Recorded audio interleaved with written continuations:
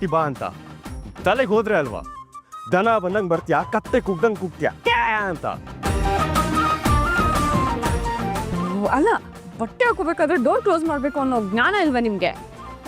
ಗೂಳಿ ತರ ಒಬ್ರೇ ನಿಂತಿರ್ತೀರಾ? ಹೌದು ಗೂಳಿನೇ, ಏನ್ ಮಾಡಂಗಿದ್ಯಾ? ಒಳ್ಳೆ ಮೆಂಟಲ್ ಸವಾಸ ಆಗೋಯ್ತು ನನ್ಗೆ. ನೀನ್ ಏನ್ ಮಾಡ್ತೀನಿ ಅಂದ್ರೆ ಏನ್ ಮಾಡ್ತೀಯಾ?